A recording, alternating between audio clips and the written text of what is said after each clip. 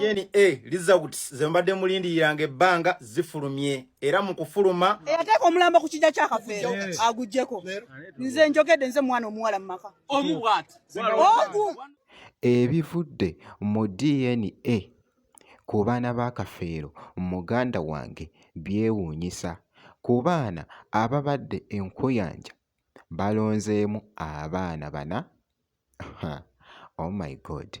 Kaakati nno omu ku bana akakasizza n'agamba nti nno saagala muntu yenna munnange ate wano, so ngenda kubeera nga mbikutuusaako byonna, so ng'ate omuyimbi munnange ate Spice Diana Kosat ne Fikfa Maker. Oh my God. Akatambi kano kakutte nnyo munnange ate vibe nga bali bonna bamutajamina nti sinza kujamina nti yugi wabula kansuke nkutegeeze nti wobeera nga tonaba kulayikinga vidiyo ogirayikinge kosate n'okusubscribinga kasita obeera nga tonnaba. Kaakati no munnange ebivudde mu DNA ku nsonga y'abaana munnange ate aba Kafeero. Kaakati nno ku baana 25 DNA results zembadde mulindiriranga ebbanga zifulumye era mu kufuluma bajjeeyo abaana bana Paulo Kafeero bazaala era DNA befulumizza era nga ku bana abaana abana kuliko Kafeero Swazniga. Yiyo mugiwulire video muwulirize bulungi okuva mu laboratory ya gavumenti ewandegera gye muyita ewandegera. We strongly support the proposition that the late Paul Job Kafeero is the biological father of Nagawa Elizabeth Kafeero Ben. Nagawa Elizabeth ewandegera bagambye mwana wa Kafeero. Kafeero Ben bagambye mwana wa Kafeero.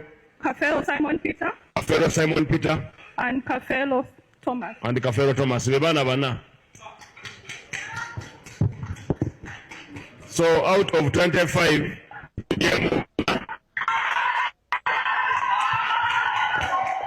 kaakati nno omu omuwala kwabo abazuuliddwa muganda wange simanyi gye binaggwera naye omukyala bw'ati munagate bw'abadde akakasa.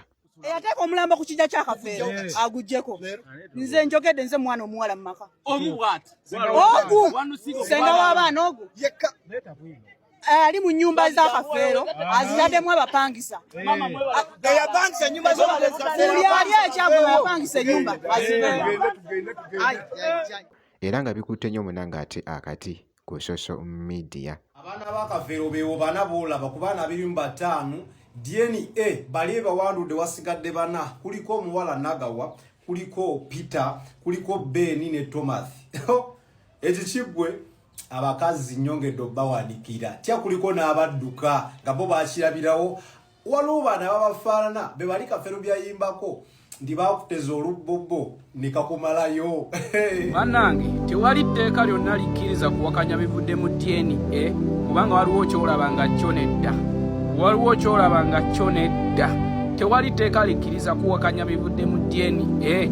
Mbuuza bubuuza banaye baana ba Kafeero kyokka babasudde nti si baana ba Kafeero. Ku baana 25 bazuddeko abaana bana nga be ba Kafeero, so bye munanga ate ebikyagenda mu maaso esayidi eyo si byangu n'akamu muganda wange. Kankugjewo awo ate nkwongereyoko omuyimbi Spice Diana Kosat ne Fikfa Maker mu katambi kano kalaze nga Spice Diana ali mu kulya munanga ate Rolex, Kosat ne Fikfa Maker nga atudde wali munanga ate emitala mu kifo kimu. Akatambi kano mu butuufu kasanyusizza nnyo munanga ate abawagizi ba Spice Diana Kosat ne Fikfa Maker.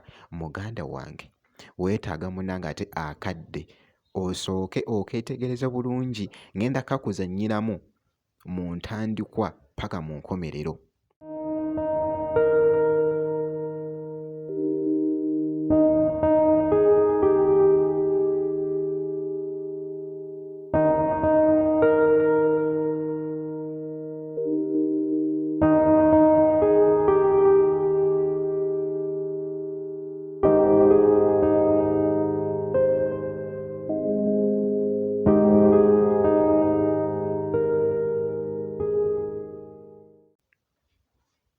akatambi ka Spice Diana kw'osaati ne Fikfa Meka omunnange kabadde kakutte vibe wali ky'olina okukola kukakasa nti osubscribinga ebisigadde byonna tujja kubeera nga tukuwa update kasita obeera ng'osubscribinze.